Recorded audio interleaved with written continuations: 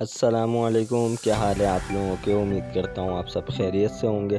تو ویلکم کرتا ہوں تمام دوستوں کا منشا ٹی وی پر۔ دوستوں، آج ہم ایک نئی سیریز کا آغاز کرنے جا رہے ہیں جس میں ہم سلطنت عثمانیہ کے مکمل عروج سے لے کے ان کے زوال تک کی تاریخ آپ لوگوں کو بتائیں گے کہ اتنی عظیم و شان سلطنت جو کہ 4 براعظم تک پھیلی ہوئی تھی، وہ آخر کیسے وجود میں آئی اور پھر دیکھتے ہی دیکھتے اس کا زوال کیسے ہوا۔ تو چلیے چلتے ہیں اور اس تاریخی سیریز کی پہلی ایپیسوڈ کا آغاز کرتے ہیں۔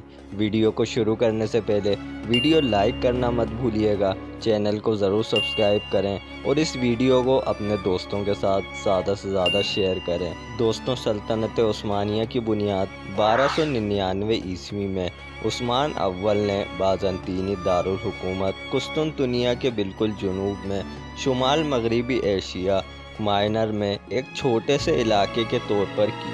1326 میں عثمانیوں نے بازنطینی کنٹرول سے ایشیا مائنر کو کاٹ کر قریبی بورسا پر قبضہ کر لیا۔ عثمانیوں نے پہلی سب سے بڑی فتح 1352 میں یورپ میں داخل ہو کر کی۔ 1354 میں دارڈ ڈیلس پر کیمپ کیسل میں ایک مستقل بستی قائم کی اور 1369 میں اپنا دارالحکومت ایڈرین ادیا نوپل منتقل کیا۔ فتح یا بیعت کے اعلانات کے ذریعے ابھرتی ہوئی عثمانی سلطنت جیسے ہی سلطان محمد دوم نے سنبھالی، 1453 میں قسطنطنیہ، جس کا نام استنبول ہے، کو فتح کیا۔ اسے نئے عثمانی دارالحکومت میں تبدیل کر دیا۔ یہاں سے اس سلطنت کا آغاز ہوا جو یورپ، شمالی افریقہ اور مشرق وسطیٰ تک پھیلتی گئی۔ 16ویں صدی کے وسط تک عثمانی حکومت کے تحت زیادہ تر علاقے آتے تھے۔ سلطان سلیم اول کے تحت عثمانی علاقوں میں تیزی سے اضافہ ہوا، جس نے 1517 میں خلافت سنبھالی جب عثمانیوں نے مشرق کا رخ کیا اور مغربی عرب، مصر، میسوپوٹیمیا اور لیونٹ سمیت دیگر علاقوں کو فتح کیا۔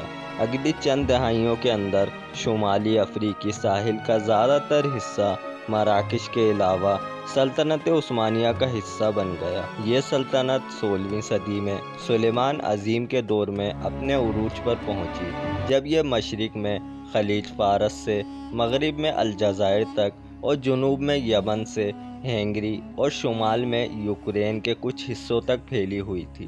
عثمانی زوال کے مقالے کے مطابق سلیمان کا دور عثمانی کلاسیکی دور کا زینہ تھا، جس کے دوران عثمانی ثقافت، فنون اور سیاسی اثر و رسوخ پروان چڑھا۔ 1683 میں ویانا کی جنگ کے موقع پر سلطنت اپنی زیادہ سے زیادہ علاقائی حد تک پہنچ گئی۔ 1699 کے بعد سلطنت عثمانیہ نے اگلی 2 صدیوں کے دوران اندرونی جمود، مہنگی دفاعی جنگوں، یورپی استعمار اور اس کے کثیر الاسنہ مضامین کے درمیان قوم پرست بغاوتوں کی وجہ سے اپنا علاقہ کھونا شروع کیا۔ بہرحال جدیدیت کی ضرورت 19ویں صدی کے اول تک سلطنت کے رہنماؤں پر واضح ہو چکی تھی اور سلطنت کے زوال کو روکنے کی کوشش میں متعدد انتظامی اصلاحات نافذ کی گئیں۔ کامیابی کے مختلف درجات کے ساتھ سلطنت عثمانیہ کی بتدریج کمزوری نے 19ویں صدی کے وسط میں مشرقی زوال کو جنم دیا۔ پہلی جنگ عظیم میں شکست کے بعد سلطنت کا خاتمہ اس وقت ہوا جب اس کا باقی ماندہ علاقہ اتحادیوں نے تقسیم کر دیا۔ ترکی کی جنگ آزادی کے بعد 1 نومبر 1922 کو انقرہ میں ترک گرینڈ نیشنل اسمبلی کی حکومت نے سلطنت کو باضابطہ طور پر ختم کر دیا تھا۔ اپنے 600 سال سے زائد وجود کے دوران سلطنت عثمانیہ نے مشرق وسطیٰ اور جنوب مشرقی یورپ میں ایک گہرا ورثہ چھوڑا، جیسا کہ مختلف ممالک کے رسم و رواج، ثقافت اور کھانوں میں دیکھا جا سکتا ہے، جو کبھی اس کے دائرے کا حصہ تھے۔ تو دوستوں، یہ تھا سلطنت عثمانیہ کا عروج سے لے کے زوال تک کا تعارف۔ اس کے عروج کے بارے میں تفصیلی گفتگو ہم کریں گے اس سیریز کی اگلی ایپیسوڈ میں۔ آج کی ویڈیو کو یہیں پر اختتام کرتے ہیں۔ آپ لوگوں کو یہ ویڈیو کیسی لگی ہمیں کمنٹ کر کے ضرور بتائیے گا۔ ویڈیو اچھی لگے تو ویڈیو کو لائک کرنا مت بھولیں، چینل کو لازمی سبسکرائب کریں اور اس ویڈیو کو اپنے دوستوں کے ساتھ بھی شیئر کریں۔ ہم آپ سے ملتے ہیں اس سیریز کی اگلی ایپیسوڈ میں، جب تک کہ اپنا خیال رکھیے گا۔ اللہ حافظ۔